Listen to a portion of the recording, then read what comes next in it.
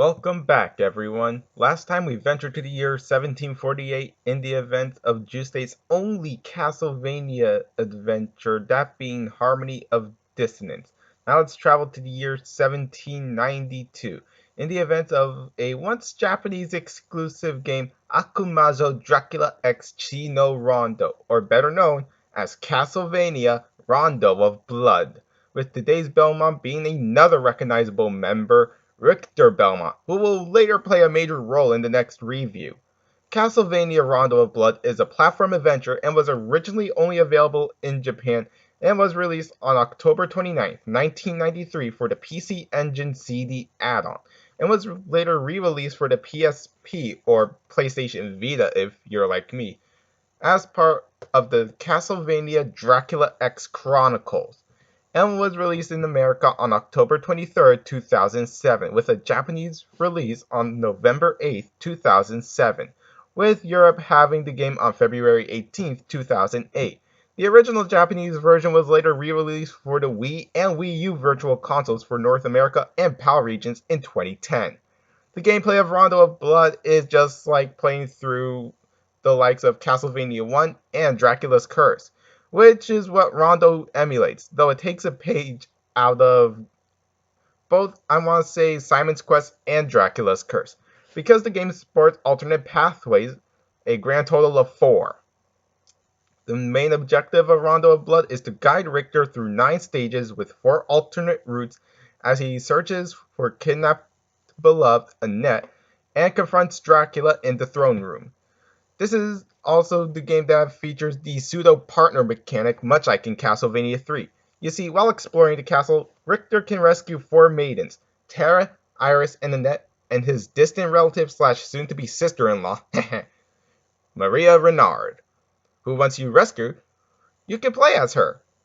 Yes, I know some call me Johnny made this joke before, how it's embarrassing to play as a 12-year-old girl in the pink dress compared to the likes of Richter, but I have to be honest, Maria is in fact awesome to play as.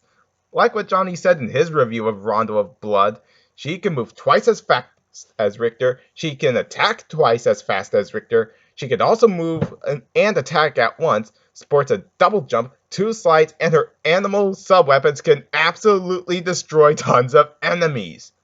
If you're having a hard time in a level with Richter, reset the game, select your save file, and watch as Maria almost flawlessly complete the level with almost no problem.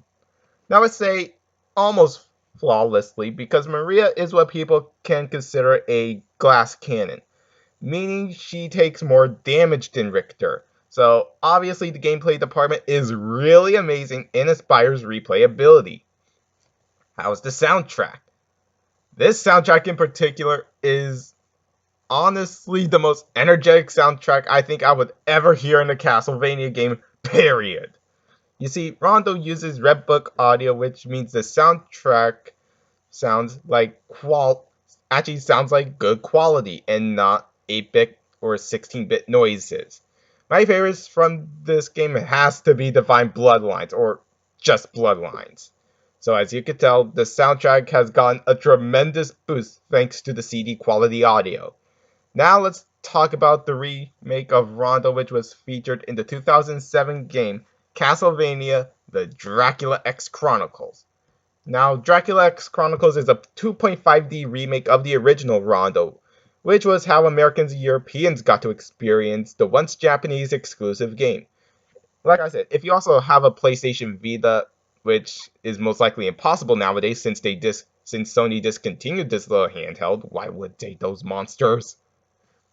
You can play it from there. Though, like I said, it's quite unfortunate since the production of the Vita is now over.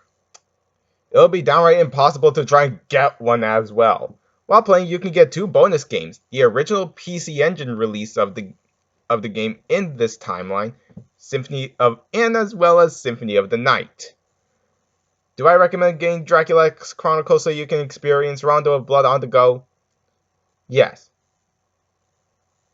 At least you won't be crippling your wallet. So, does Rondo of Blood still hold up today? Actually, it really does. From the soundtrack to the replayability, I come to the conclusion of giving Rondo of Blood an 8 out of 10.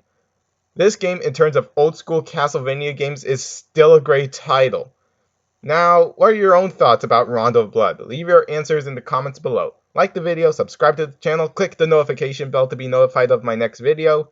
My Twitter and Instagram will be in the description, along with some Call Me Johnny's review of Rondo of Blood. I've been Horror Kid, and I will see you all in my review of Castlevania Symphony of the Night for the PlayStation 1. Take care, everyone!